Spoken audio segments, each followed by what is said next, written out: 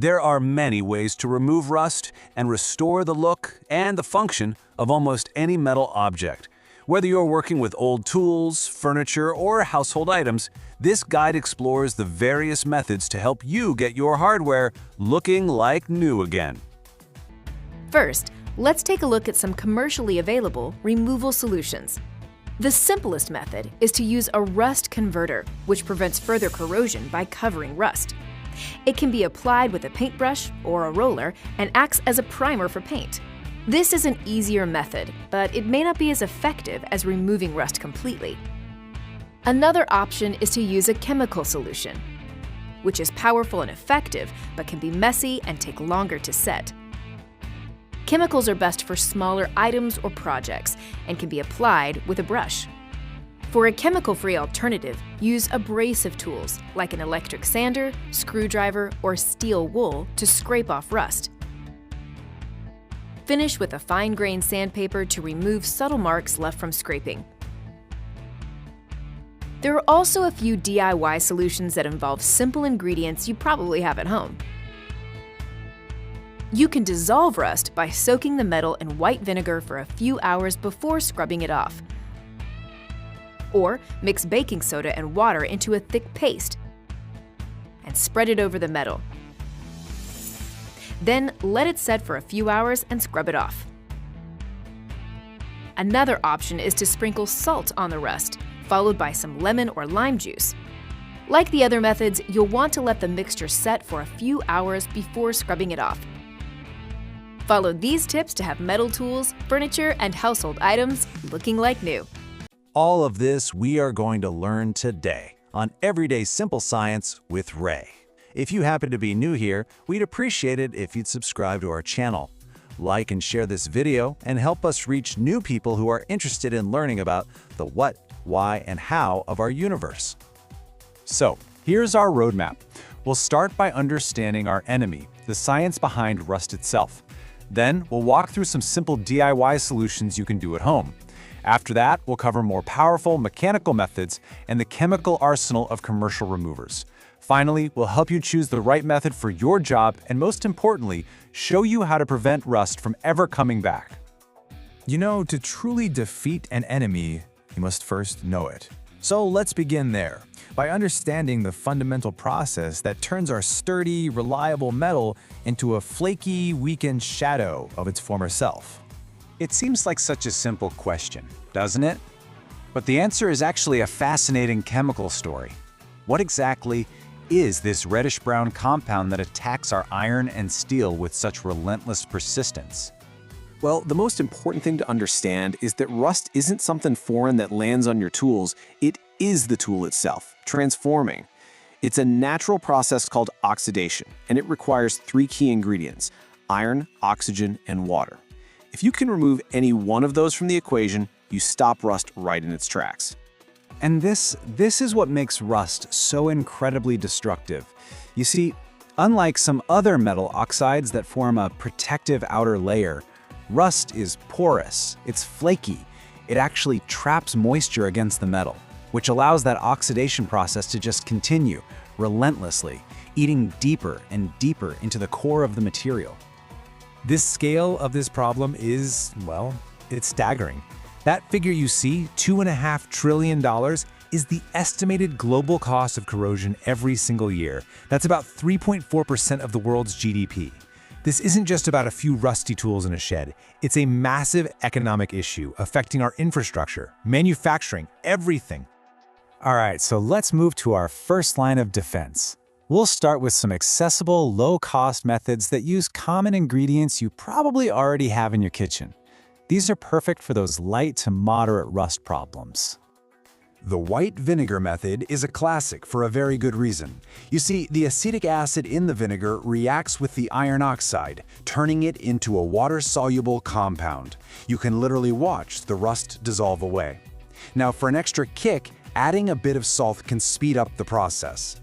But whatever you do, don't forget step 4. Neutralizing that acid is absolutely critical to stop it from continuing to eat away at the clean metal. Come off, and I haven't even touched them yet, they've just been soaking. Now, I usually recommend leaving them in the vinegar for about 48 hours, but here, after just 24 hours, get a small wire brush and start scrubbing the rust off. Doesn't really take much effort. You can see how easily it comes off. Here's a pair of wire snips. Look how badly rusted that is. And just, look at that, almost like brand new. Now, once you get all the rust off, you want to dry it really well. That's important. Then spray it with a little lubricant. You won't have to worry about rust. Now, this method is a bit different. It works on two principles. First, baking soda is a very gentle abrasive, so it lets you physically scrub away rust without scratching more delicate surfaces. And second, its alkaline nature helps lift the rust off the metal. It's much less aggressive than vinegar, which makes it a great choice for smaller rust spots. This is a really powerful combination. You get the mild citric acid from the lemon or lime juice, which chemically starts to loosen the rust. At the same time, the coarse salt acts as a natural abrasive to help you scrub it all away. It's a fantastic spot treatment when you need a quick fix. Okay, but what about rust that's more than just a surface stain? For that, it's time to bring in some muscle. Mechanical methods use physical force, abrasion, to scrape, grind, or sand the rust completely away. This is your go-to for moderate to heavy corrosion. Here's a look at your potential arsenal. And the real key here is choosing the right tool for the job. A simple handheld wire brush is great for general-purpose work, but a wire wheel on a power drill can make very short work of large, flat surfaces. And for precision, there's nothing better than working your way through different grits of sandpaper. The secret to this whole process is progression. You always want to start with your most aggressive abrasive, something like a coarse 80-grit sandpaper to remove the heavy scale. Then you methodically move to finer and finer grits, say 120 and then 220, to smooth out the scratches from the previous step. This gives you a uniform finish and protects the healthy metal underneath. All right, now we enter the world of purpose-built chemical formulas. When the DIY solutions aren't quite enough and mechanical methods are either too labor-intensive or might damage the part, commercial rust removers offer some very powerful, targeted solutions. Now, this slide highlights a critical distinction, and it's the point where many people get confused. A rust remover does exactly what its name says. It dissolves the rust to get you back to bare, clean metal.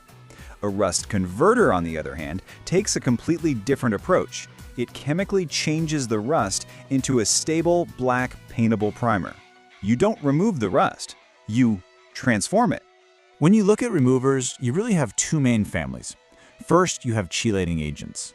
These are brilliant because they're incredibly safe and very selective. Think of them like tiny magnets that are only attracted to rust. They grab onto it and lift it away without even touching the healthy metal underneath. Then, on the other end, you have the traditional acid-based products. They work very, very fast, but they are much more hazardous and must be handled with great care. And here's that converter process in action.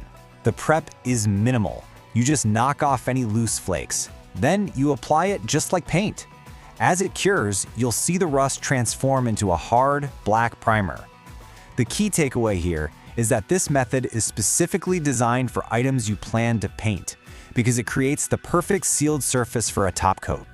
Okay, we have covered a lot of ground, so now let's bring it all together to help you decide which of these methods is the perfect fit for your specific project. Think of this matrix as your decision-making guide. If you have a complex tool with lots of nooks and crannies and just light rust, a vinegar soak is probably ideal. Need a quick fix for a small spot on a delicate surface? Baking soda is your friend. If you have a large, flat piece with heavy rust, mechanical sanding will be the fastest. And if you're planning to repaint a heavily rusted gate, a rust converter is by far the most efficient path. So, we've won the battle, but now it's time to win the war. You see, removing the rust is only half the job. The most critical step of all is making sure that it doesn't come back. Ultimately, rust prevention is all about creating barriers. Remember those 3 ingredients we talked about at the beginning? Iron, oxygen, and water? This checklist is entirely focused on denying that reaction by by keeping water and oxygen away from the iron. Even something as simple as wiping down your tools with an oily rag after each use can make a world of difference. And in the end, it really comes down to this simple truth. The small effort you spend protecting your tools today will save you countless hours of scrubbing, soaking, and sanding tomorrow. A little bit of maintenance goes a very, very long way. Thank you for watching Everyday Simple Science with Ray. We hope this guide helps you restore your tools and hardware. If you found this useful, please subscribe to our channel, like and share this video, and be sure to turn on your notifications so you don't miss our next one. And feel free to click and watch the video that is showing on your screen now.